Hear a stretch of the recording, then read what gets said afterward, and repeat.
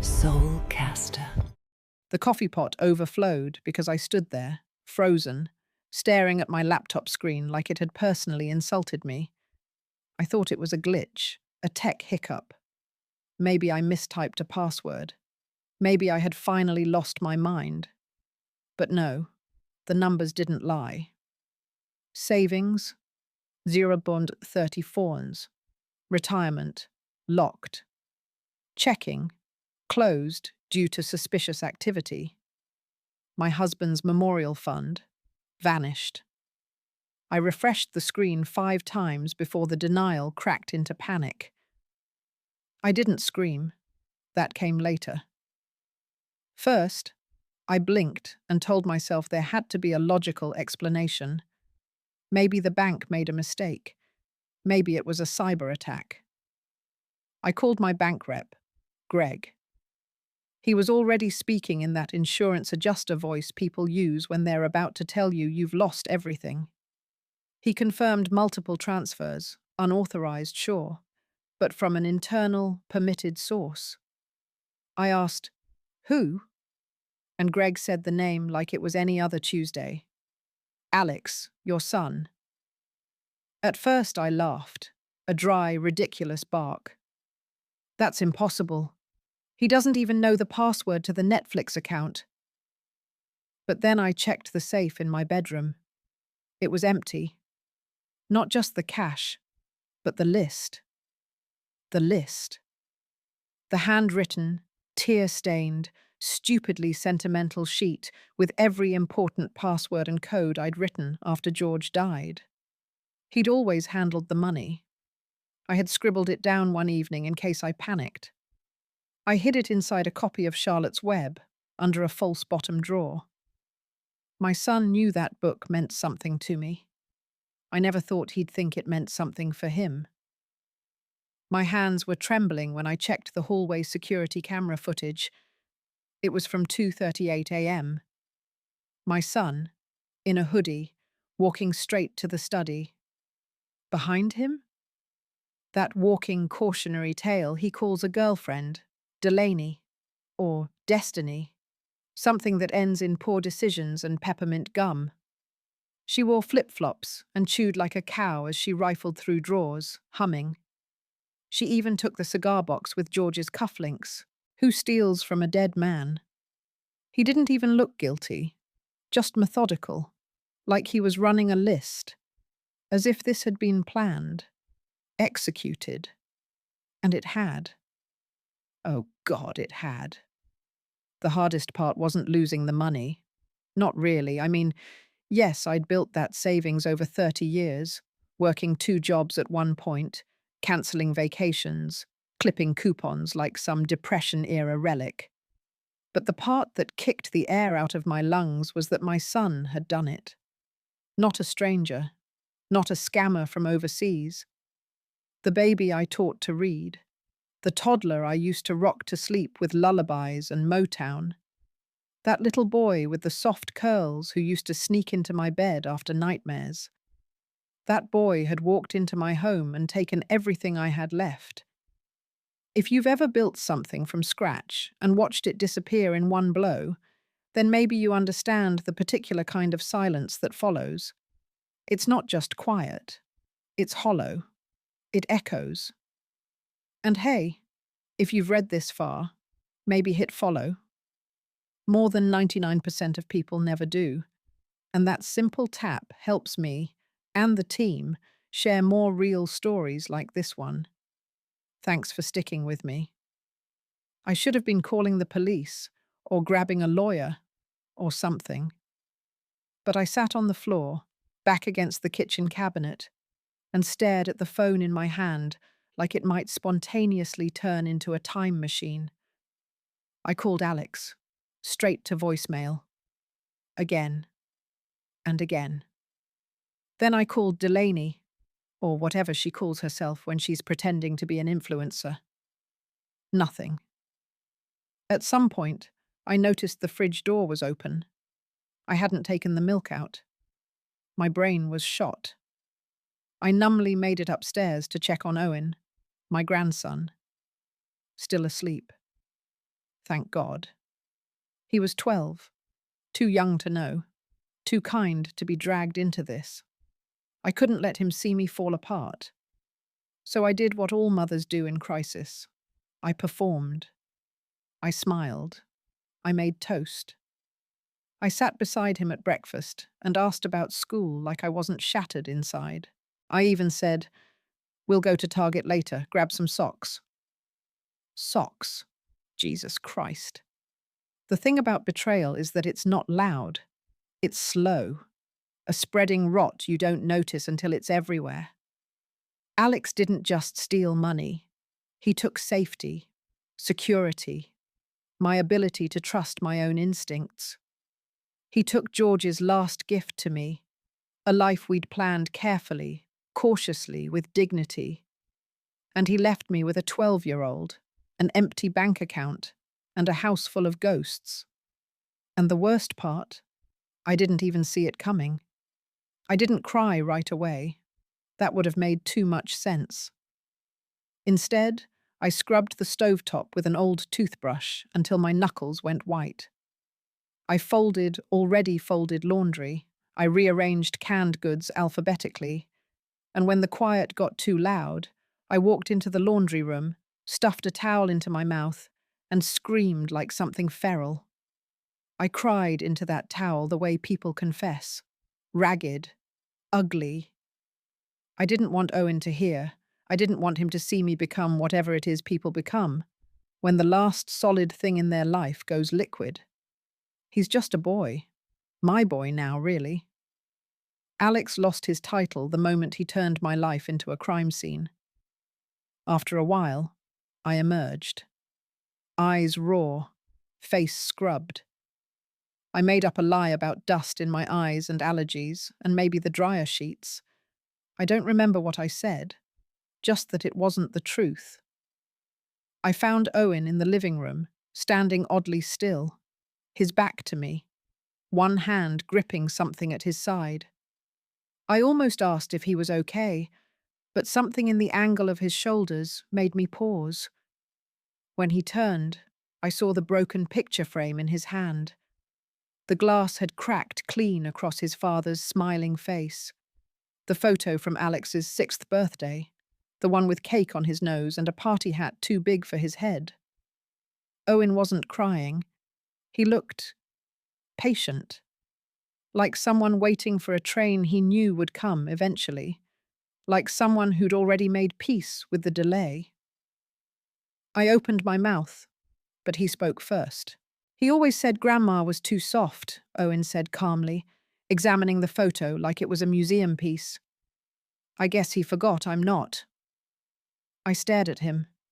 There wasn't a trace of bitterness in his voice.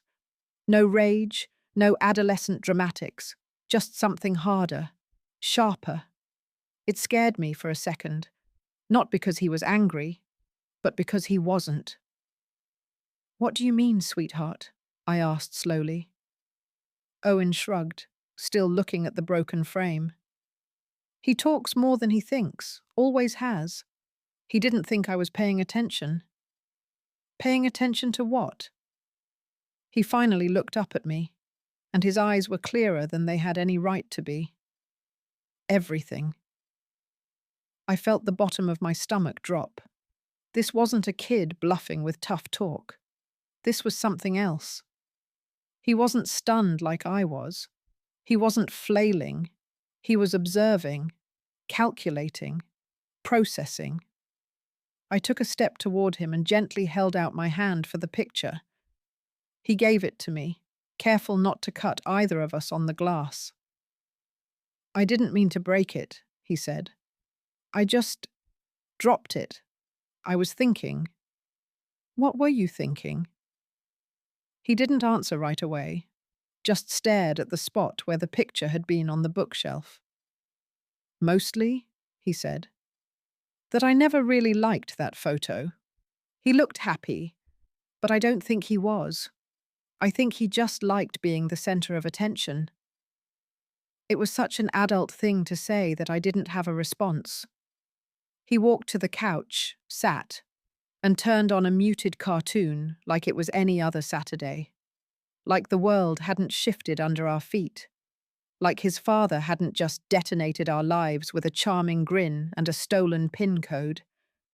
And there I stood, holding a jagged memory of a boy I once raised, wondering what kind of man he'd grown into, and what kind of man his son was becoming. I looked at Owen, his small fingers wrapped around a chipped remote, his jaw tight with some private plan he hadn't shared yet. A quiet voice inside me whispered, "He's not okay." But he's not broken either. I sat beside him and reached for his hand. He didn't pull away. "He hurt us," I said. "But we're going to be okay. You and me. I promise." Owen gave a tiny nod, eyes still on the screen. "I know," he said. "That's why I already started fixing it."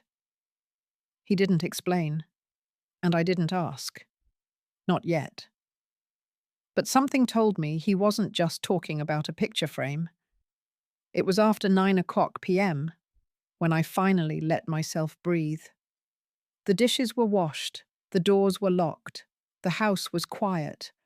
Quiet in that eerie way after a hurricane passes through. There's debris everywhere, but the wind's gone.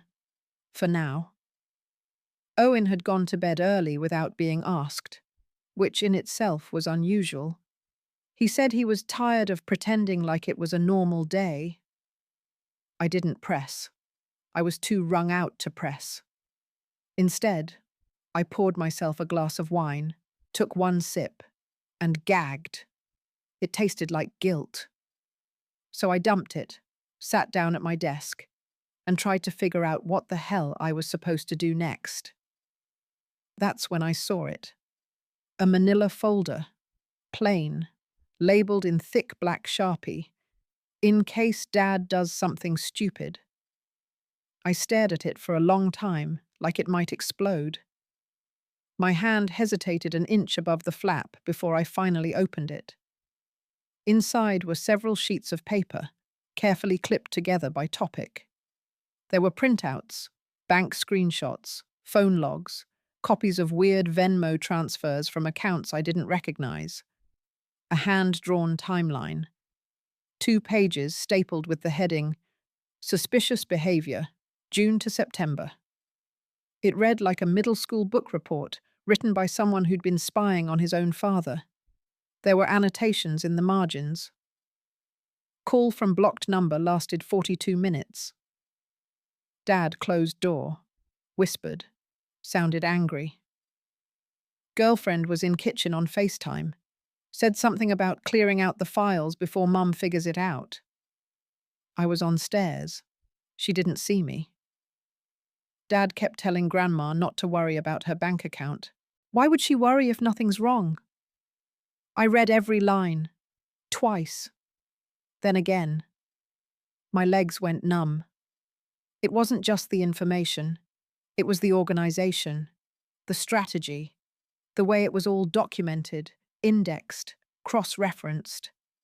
The questions he asked himself in the margins, like some junior investigator with a conscience and a grudge. At the bottom of the folder there was a smaller envelope labeled, "Not Yet." It wasn't sealed. I opened it with the kind of dread reserved for envelopes from oncologists or divorce attorneys. Inside were printed screenshots. An email thread between Alex and someone named Kay with subject lines like, "How clean does it have to be?" and "Do we need a new routing number?" I didn't understand all of it, but I didn't have to. I knew money laundering when I saw it. George had worked corporate compliance in finance. He used to explain these things to me with metaphors involving cleaning dirty laundry. Appropriate now, considering I'd cried into half the towels in the house. I sat back in the chair and just stared at the folder, hands clenched in my lap. Owen did this. Owen had this. And he'd been holding on to it. Waiting. There was a light knock on the doorframe. I turned. Owen stood there, barefoot, hoodie pulled over his head, like some pint-sized vigilante. "You found it," he said. I opened my mouth. Nothing came out. He walked in, sat on the armrest beside me, and looked at the folder like it was a jigsaw puzzle he'd been dying to finish with someone. He always underestimates me, Owen said, matter of fact. He thinks I don't hear stuff just because I'm not in the room, but the vents are loud. I finally found my voice. Owen, this is a lot. How long have you… Since May. Why didn't you tell me? He looked at me with eyes too old for 12. Because you loved him, and because I needed proof, not just weird feelings. You always say you need facts to act. So I got them. He shrugged, like he'd just finished his science fair project a few days early. I didn't know whether to hug him or scream. I felt ashamed. Ashamed I hadn't noticed. Ashamed he had. Ashamed that while I was baking cookies and forcing us to play Monopoly on Sundays, this child had been watching his father prepare to rob us blind and was taking notes. I looked at him and asked the question I hadn't dared ask myself. Owen, what were you planning to do with all this? He didn't flinch. I wasn't sure. Yet. I thought maybe I'd show you after your birthday, so it wouldn't ruin it. But then they took the money, so now it's time. Now it's time. My heart skipped. What do you mean, time? Time for what? He stood up, stretching like a cat who'd just finished a nap. Don't worry, I've already started. My stomach flipped. Started what? He smiled faintly, the kind of smile that comes from knowing something no one else in the room does. Fixing it. I dialed 911 at 11:14 p.m., sitting stiffly on the edge of the bed, staring at the folder Owen had left me like it was radioactive. My hands didn't shake. Not anymore. That part was over. There was a kind of numbness now, the kind you get when you know there's no more money, no more help, no more illusions. The dispatcher transferred me to non-emergency before I even finished saying fraud. A perky voice chirped, I'll send someone by in the next few hours. Like I'd ordered a pizza. Hours later, 2 officers showed up. Both young, both male, both radiating the kind of smug boredom you only earn by underestimating women over 40. I opened the door in my robe. They glanced around the living room like they were checking for signs of an actual emergency. A body, a hostage, a broken window. Instead, they got floral upholstery and the scent of peppermint tea. Ma'am, one of them, Ramirez, I think, sighed after I explained. This sounds like a family matter. I beg your pardon? Well, you gave your son access, right? He had keys.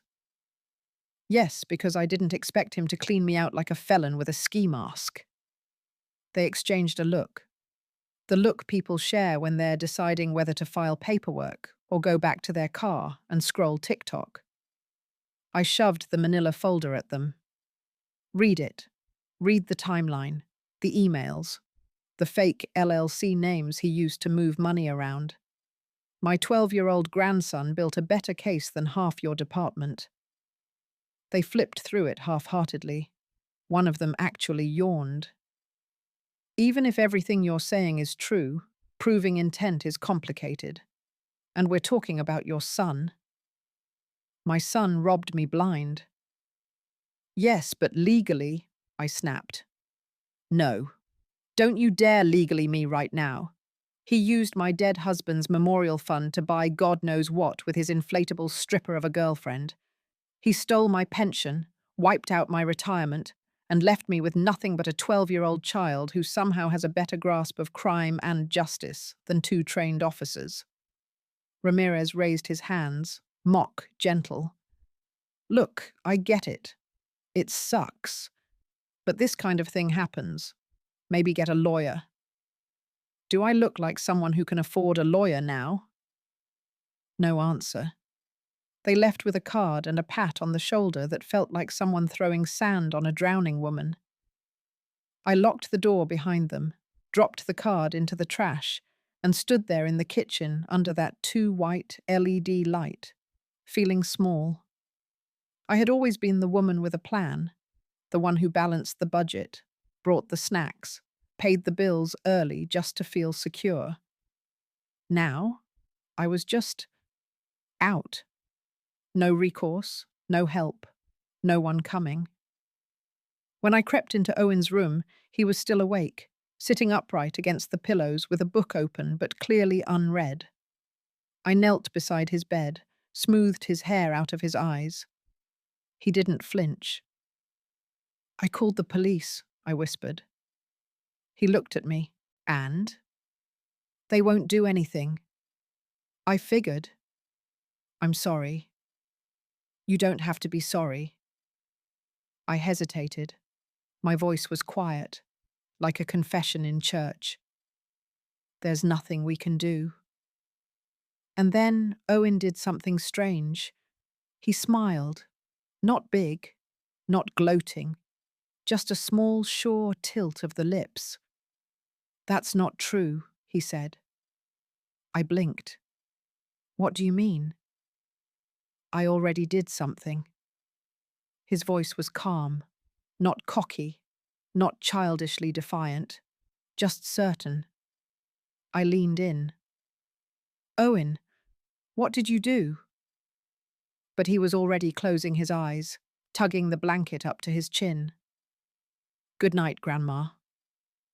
I sat there for a long time after that, staring at the rise and fall of his chest, trying to remember when exactly he stopped being just a boy, and wondering how much damage a quiet 12-year-old with a brilliant mind and a broken heart could really do. I woke up to birdsong and dread. There was a brief moment, maybe 2 seconds, where I forgot everything. The sunlight hit the curtains just right. The house smelled faintly of the lemon floor polish I'd used the day before. And then my stomach turned, that same sour twist of memory and fury, the accounts, the safe, the folder, the police. My son. My son. I shuffled to the kitchen, still barefoot, still in yesterday's robe, and found a post-it stuck to my coffee maker. Owen's handwriting, neat and unbothered. "Check your email. I used your printer ink. Sorry." That should have been funny. I should have smiled. I didn't. My heart rate spiked like I'd just been handed a subpoena. I opened my laptop and logged in. There it was. A message from Owen. Subject line: "Thought you'd want to see this before brunch." He even added a smiley face, attached, a forwarded email thread. I clicked it open and began reading, and rereading, and rereading again. The thread was between Delaney, yes, that's her name, tragically, and someone listed only as K. There were no greetings, no pleasantries, just a string of code phrases and clipped commands. Wire transfer instructions, crypto wallets, phrases like scrubbed routing and no bank eyes. But it was the last message that hit like a punch to the sternum. "Forget it. Hold off on the full transfer. We're rerouting. Will advise. Alex." Except Owen had highlighted it, underlined it, added a little note at the bottom. "Not Alex, me." I didn't understand at first, so I kept scrolling. Below the thread, Owen had written, "Used Dad's old Gmail password. He never changes them. Logged in 2 nights ago. Found this string. Figured out what they were doing. Replied as him. Cancelled the transaction." They didn't know I'd already filed a Form 3949A to the IRS using your old laptop. Made sure to encrypt all screenshots. Filed it anonymously. Hope that's okay. Hope that's okay. Like he was letting me know he borrowed the car for a Slurpee. I stared at the screen, my coffee cup trembling in my hand. I forgot to sip it. "Owen," I called, my voice not even mine.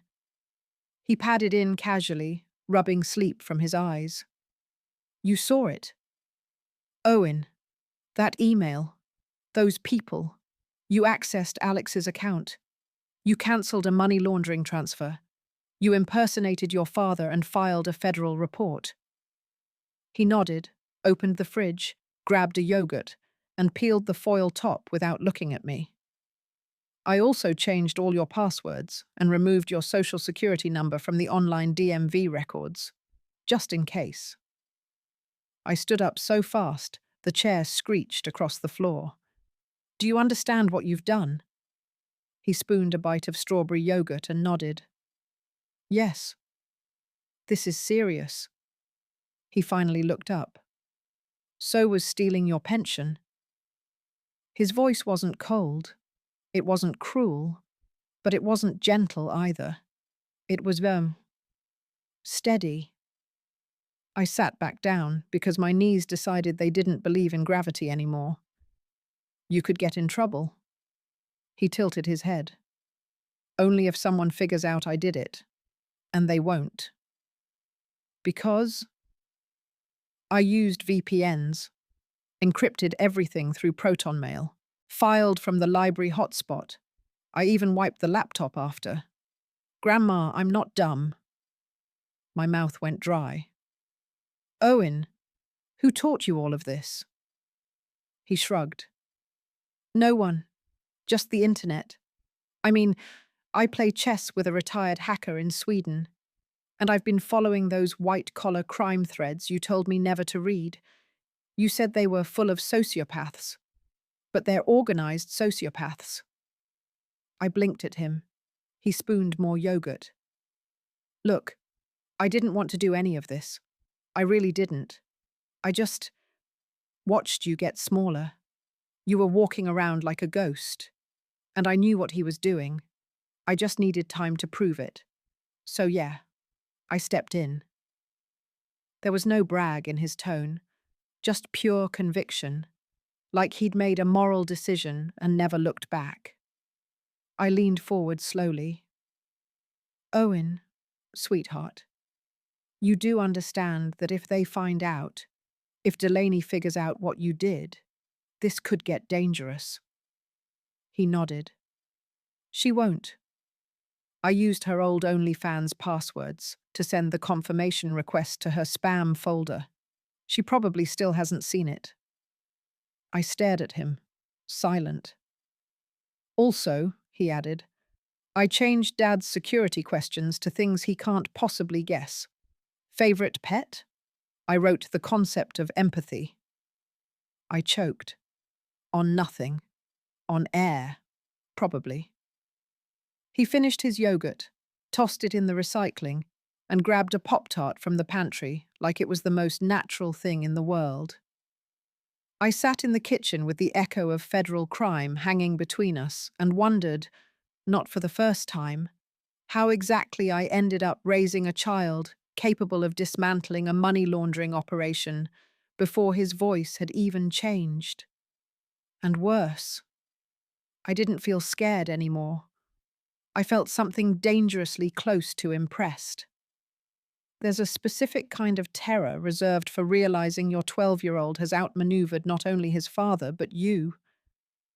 I wasn't new to smart kids. I taught for 30 years, raised one myself, and read every parenting book that told you not to bribe them with candy. We all did anyway. But Owen wasn't just clever. He was strategic, deliberate.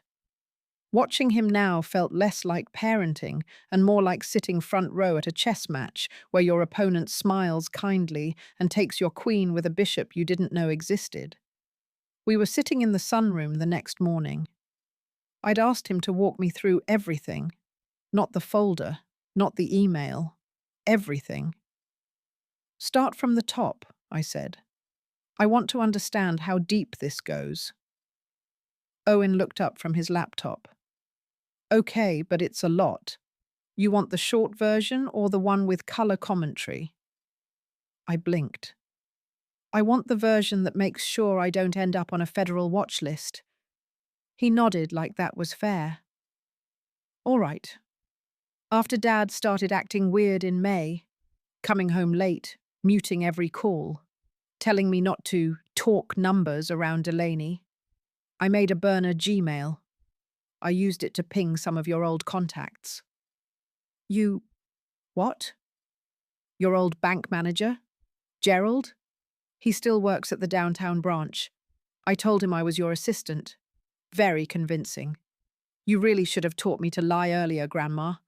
I had to improvise. I just stared, speechless. Anyway, I asked him to flag any activity using your social security number or account numbers. Then I set up an identity theft report through the FTC site. It creates a paper trail, so if anything goes sideways, you're already protected.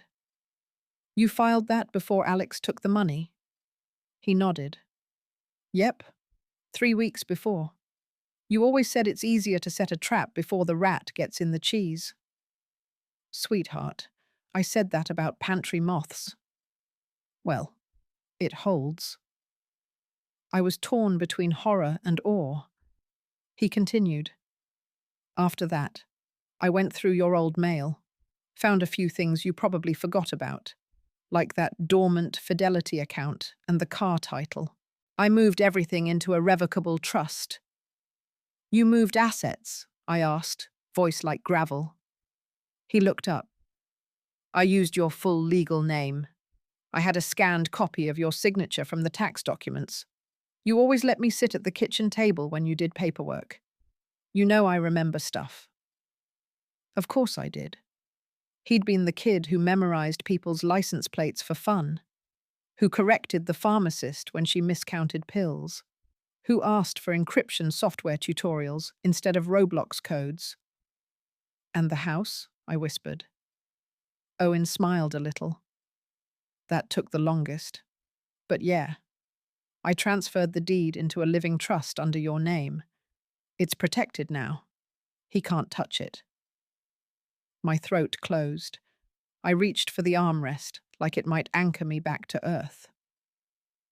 You did all of that, I said slowly, without asking. You were busy crying in the laundry room. I flinched. It wasn't cruel, just factual. But, he added gently, I also knew you'd tell me not to, because you still thought there was a version of Dad that wasn't a complete trash fire. Owen, it's okay, I get it. You had to believe in him. That's what mums do. You couldn't afford to see him for what he is. But I could.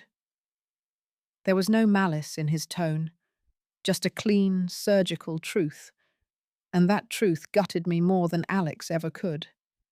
I leaned forward, trying to piece together the fractured reality of what this child had done, not just technically, but legally. The trust, the filings, the financial sleight of hand I wouldn't have been able to pull off with a team of advisors. You could have messed everything up, I said finally. If anything went wrong, if someone traced it back, you'd be in serious trouble. Do you understand that? He tilted his head, thoughtful. But I didn't mess it up. I planned it. Exactly how did you plan it? He opened a folder on his screen and turned the laptop toward me. A spreadsheet appeared. Color-coded tabs, time-stamped entries, even legal definitions linked to terms I barely understood. I scrolled through it with trembling fingers. This wasn't just prep. This was war.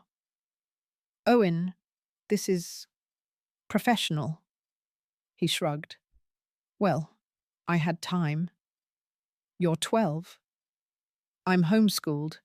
That's like being 21 in brain years. I almost laughed. Almost. Then I saw a note in the spreadsheet titled Contingency Plan, Level 3. What's this? He leaned over. Oh, that's just if Dad tries to come back and sue you. Sue me? For what? Existing. You'd be surprised how petty people get when they're broke and embarrassed. I sat back, dizzy with 1,000 new fears. But underneath them all, one sensation began to bloom, unfamiliar, unsettling, and incredibly warm.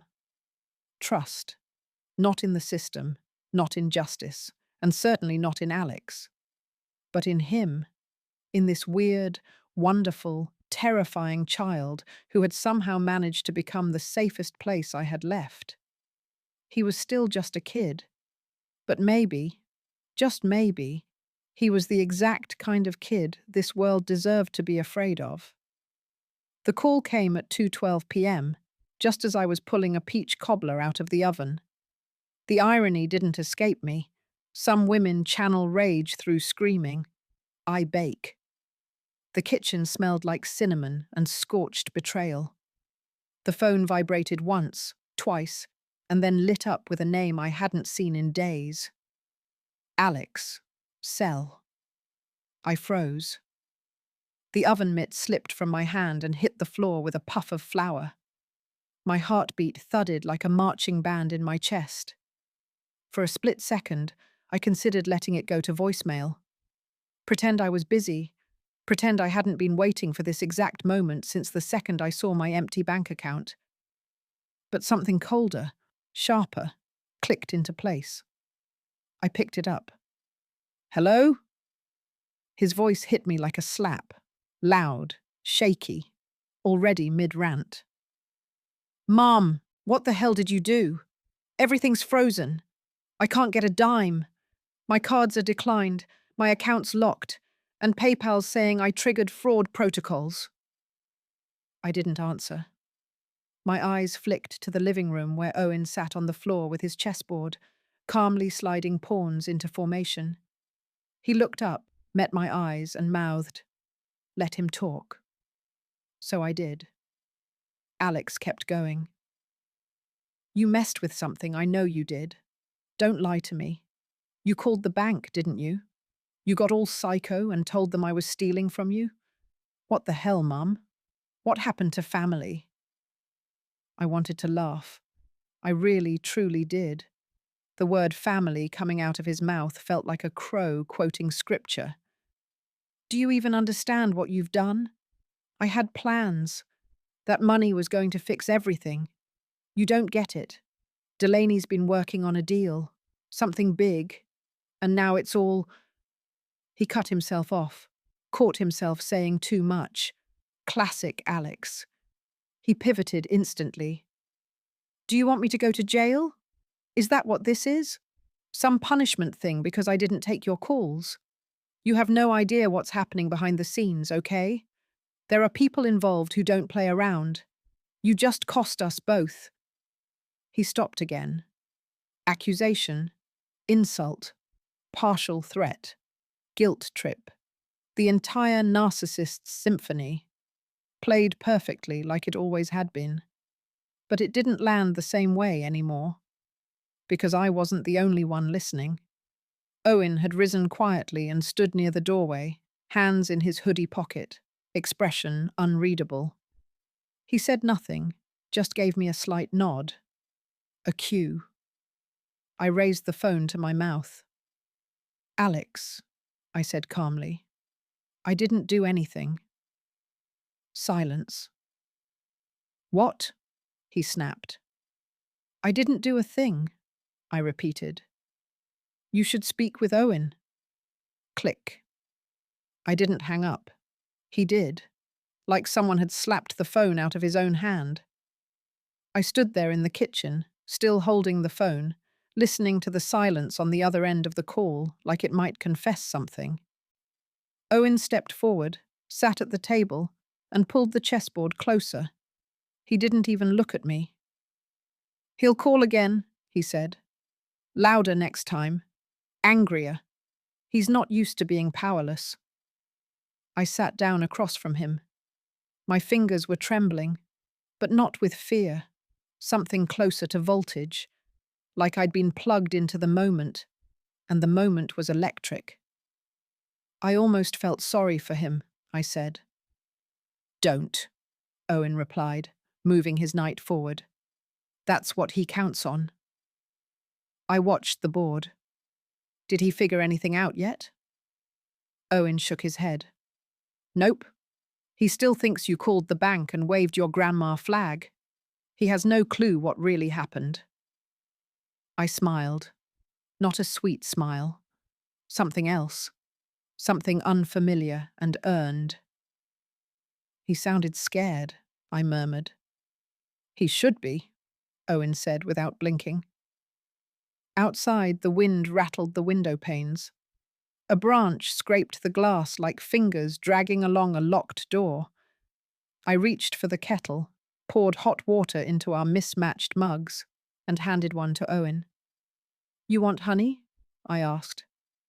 No thanks, he said. Too sweet. We drank in silence, the air between us no longer thick with dread, but something different. Readiness. I didn't know what the next call would bring, whether Alex would escalate or unravel, whether Delaney would slither out of her hole or crawl deeper into it. But one thing was clear. The tables had turned, and the boy sitting across from me wasn't just playing defense anymore. The knock at the door wasn't polite. It was angry. 3 sharp pounds that rattled the frame like they belonged to someone who had long since forgotten the concept of asking permission. I was in the middle of slicing carrots for stew, because apparently even during psychological warfare, people still need dinner, but the knife froze mid-air. Owen looked up from the dining room table, where he was reformatting an external hard drive like most kids his age might be playing Fortnite. Don't open it, he said without raising his voice. Too late, I muttered, wiping my hands and walking to the door with that dread in my throat that felt like chewing broken glass. Through the peephole, Alex. And next to him, a man in a grey suit that looked like it belonged to someone who watched Suits and thought it was a documentary. I opened the door just enough to keep the chain secure. Alex's face was already red. Are you serious, Mum? We're doing this now? You hiding behind a deadbolt like I'm some criminal? I didn't answer, just looked at the man beside him. Mid-40s, gelled hair, too tan for November, carrying a briefcase like he thought it gave him moral authority. This is Mr. Densmore, Alex said, gesturing like he'd just unveiled a hostage negotiator. My attorney. I nodded. Of course. Densmore leaned in slightly. We'd like to discuss a few things regarding the frozen assets and potentially come to an amicable agreement before this escalates. Before this escalates. The way he said it was casual, professional. But behind his aviator smile tone was the threat Alex had been itching to make since the money disappeared. This was their move, the last-ditch power play. Corner the old lady, lawyer up, apply pressure. Let me get my grandson, I said. Alex scoffed. This isn't a family meeting, Mom. Oh, I insist, I said, and shut the door gently in his face. I turned back to Owen, who was already standing, closing his laptop. Now? He asked. Now. We opened the door again and let them in. I made no offer to sit. No coffee, no hospitality. I wasn't playing mother or hostess. Not anymore. Densmore launched into a prepared speech about reconciliation, amicable restitution, and the possibility of Margaret mistakenly disrupting assets that weren't solely hers. It was all delivered in that flat, law school tone that makes you feel like you're already on trial. Owen listened silently, then interrupted. I'm sorry, what's your bar number? The lawyer blinked. Excuse me? Your state bar number. You're licensed in California, right? Not Nevada? There was a pause, a flicker. Yes, of course. Owen pulled out his phone, tapped something, showed it to me. I blinked, then smiled. Would you mind stepping outside for just one moment? I asked Densmore sweetly. Alex rolled his eyes. Can we not play games? No, I said firmly. You can stay. Just him. Densmore hesitated but followed me to the porch. Here's the thing, I said, keeping my voice low. Before you go any further, you might want to take a minute and call the California State Bar. He opened his mouth. Now, Mr. Densmore. He sighed, fished out his phone, and turned away to dial. The conversation was short, less than a minute. I watched his posture change in real time, the spine stiffening, the jaw tensing, the shoulders starting to sweat through that smug little blazer. When he came back inside, he didn't look at Owen, or me, or Alex. He looked at the floor. I can't represent you, he said quietly. Alex whipped around. What? What the hell are you talking about? I'm withdrawing, Densmore muttered, adjusting his collar.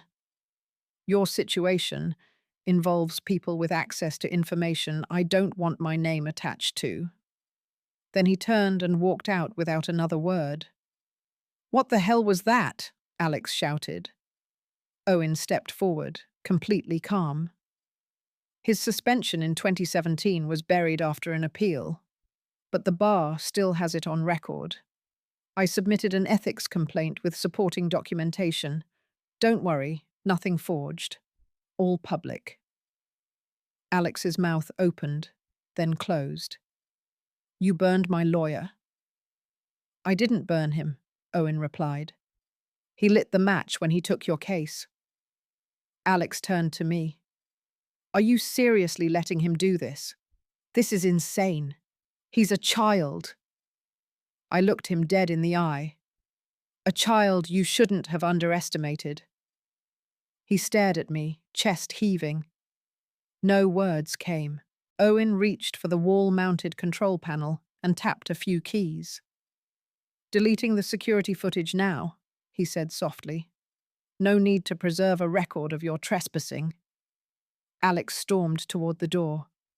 This isn't over. Owen looked at him with a kind of pity. It really is.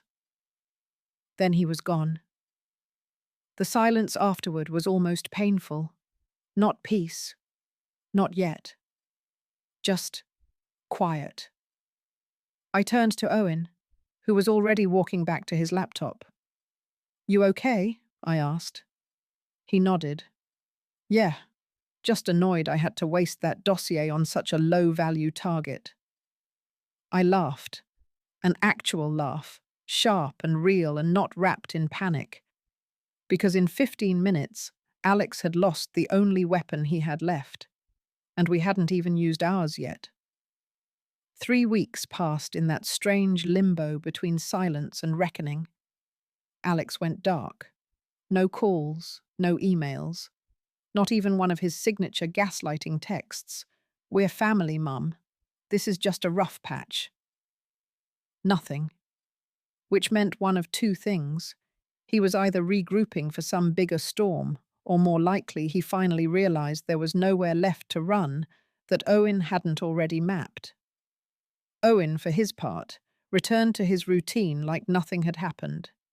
He did his homework. He walked the neighbor's dog for extra cash. He asked for more lemon in his tea. But every once in a while, just once or twice a day, he'd tap something on his phone and smile. A small, quiet smile. The kind that doesn't mean happy. It means progress. Then, on a grey Thursday morning, the letter came. A thick, official envelope from the Department of Justice, hand-delivered and addressed not to me, but to Alexander J. Whitmore. Owen sliced it open with a butter knife and placed it on the kitchen counter like a gift he'd been waiting to unwrap. Subpoena. Grand jury indictment. Multiple counts. Wire fraud. Identity theft. Money laundering. Conspiracy to commit financial crimes. The entire alphabet of federal rage delivered cold. I stared at the document, read it twice, then sat down slowly, as if the ground had changed texture beneath me. "They took it seriously," I whispered. Owen nodded. "Of course they did. They don't like it when civilians file better reports than their analysts." I looked at him. His composure wasn't smug. It was clinical. I should have felt triumphant. I should have stood up and cheered and toasted him with sparkling cider. Instead, my stomach churned. Because justice, when it comes, never feels the way you expect it to. It's never clean. It's never free. A week later, I got a call from an assistant U.S. attorney named Lily Tanaka. Her voice was polite but detached, efficient, like someone who spends her days watching lives collapse and marking it all in spreadsheets. "We won't be needing your testimony," she said. "Your grandson's file provided everything we needed: evidence trails, digital documentation, even corroborating timestamps that aligned with known transactions." I wanted to ask, "Do you know he's 12? But I didn't, because I didn't want to hear the pause on the other end of the line. Will he have to appear?"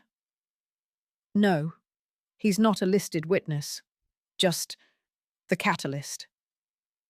Catalyst. God help me. Delaney, the girlfriend, the co-conspirator, the bleached blonde bank robber in yoga pants, was already gone. Vanished like smoke through a screen. Rumor was she skipped the state, changed her hair, her name, probably her voice. She was smart enough to bail before the paperwork arrived, but not smart enough to realize she was already on half a dozen internal lists. No one ever heard from her again. And Alex? Alex was arrested on a Monday morning in the parking lot of a gym he hadn't even had the decency to pay a membership for. Wearing joggers, of course. Trying to project normalcy, like his world wasn't actively collapsing. Owen watched the footage on a leaked news blog and said nothing. Just turned off the laptop and went back to organizing his comic books by narrative arc instead of issue number. Because, as he said, continuity matters more than chronology. I stared at him for a long time that afternoon. He was humming softly, some instrumental piece he'd heard in a documentary about forensic accountants. I should have said something. I should have told him how proud I was, how scared I still was, how sorry. But I didn't, because I knew he already knew, and because part of me was still trying to mourn a son who had been dead to me long before the federal charges made it official. You raise a child thinking love is a shield, that your affection can inoculate them against cruelty, greed, rot, that if you give them stability and books and hot meals and a soft place to land, they'll grow into someone who remembers how to be good. But sometimes, they just don't. Sometimes, the fruit rots from the core outward, and the only thing left is to make sure it doesn't poison the whole tree. Owen never once asked, "Do you think he loved us?" He never needed to, because he knew that real love doesn't steal your legacy and leave you with ashes. Real love protects, plots, plans, defends. That night we sat on the porch in the quiet. The air smelled like wet leaves and rain that never quite came. "You did it," I said. He shook his head. "No, we did." I touched his hand. He let me. And for the first time in weeks, I let myself cry. Not because of loss, but because I had just begun to understand what it meant to win, and what it cost. The day Alex was sentenced, the sky didn't split open. There were no trumpets, no divine signs, no poetry. Just a courtroom full of stiff suits and bored stenographers, and a judge who barely looked up when reading out the years. 11 counts, 5 years, suspended on 2, federal facility. Low security, they said. Like that made it a vacation. Like that softened anything. He didn't look at me once. I didn't need him to. I sat through it with a spine made of steel and peppermint tea, my hands folded neatly in my lap, and a black coat buttoned to my throat like armor. The same coat I wore to George's funeral. Fitting. After, I didn't go home right away. I took the long route, drove past the old park where Alex used to drag me to feed ducks, past the community pool where Owen first learned to float without help, past the house with the crooked mailbox I used to think looked like it was bowing to every car that passed. By the time I pulled into the driveway, dusk had settled in that gold-blue way it does in late fall, soft, honest. Owen was on the porch, legs crossed, a history textbook in his lap. He was highlighting something with a red pen, like it mattered. He looked up and gave me a nod, not a grin, not a question, just acknowledgement. I climbed the steps and sat beside him, careful not to collapse. My body felt heavy, not tired, full, like I was carrying something precious and newly unbreakable. We didn't speak at first. The only sound was the soft scrape of his pen and the low hum of cicadas who hadn't gotten the memo about summer ending. Finally, I whispered, "You saved me." He didn't flinch, just turned the page of his book, then glanced at me sideways. "No," he said. "You saved me when he left. I just returned the favor." It hit harder than the sentence ever could. I stared at him. Not the baby I once carried, not the shy boy with the too big backpack, but the person he had become in the wreckage of someone else's failure. "I should have seen it," I murmured. "Should have done more. Sooner." Owen didn't let me wallow. "You did what you could. Some people need less noise to hear the truth. I just don't mind the static." He closed the book, leaned back against the porch column, and stretched like a cat who owned the whole damn world. "Next time," he said casually, "let me open the emails sooner." I laughed. It started as a choke, tight, high in my chest, but it spilled into real laughter, sharp and wet and unstoppable. I laughed until tears leaked down my face, until Owen was smiling too, until the porch light flicked on automatically, reminding us we were still here, still standing, still us. "I'm serious," he said, trying not to grin. "Your spam folder is a crime scene." I wiped my face with my sleeve. "You are something else, Owen Whitmore." He tilted his head. "Is that a compliment or a diagnosis?" "Both." We fell quiet again, watching the sun drip behind the trees, the horizon bleeding gold into indigo. This house, this tired, stubborn house, had survived George, motherhood, betrayal, and now something I couldn't even name. Not justice, not quite, but clarity. Maybe that was enough. I reached over and rested my hand on Owen's shoulder, just lightly. "You'll be okay, won't you?" He didn't answer right away, just watched the sky. Then, "I think I already am." And I believed him, because the truth was, Owen never needed saving, never needed a hero. He just needed someone to see him, to trust that behind the quiet was a mind sharp enough to slice through lies, that beneath the stillness was a strength most adults would never have the spine to carry, that in a world full of cowards who call themselves fathers, he had chosen to become something better, the kind of boy who plants himself between the fire and the people he loves, and doesn't ask to be thanked. We sat there long after the sun disappeared, letting the dark come in gently. No fear, no threats, no unfinished business. Just two survivors. And a porch sturdy enough to hold the weight of everything we'd built back up from the ashes.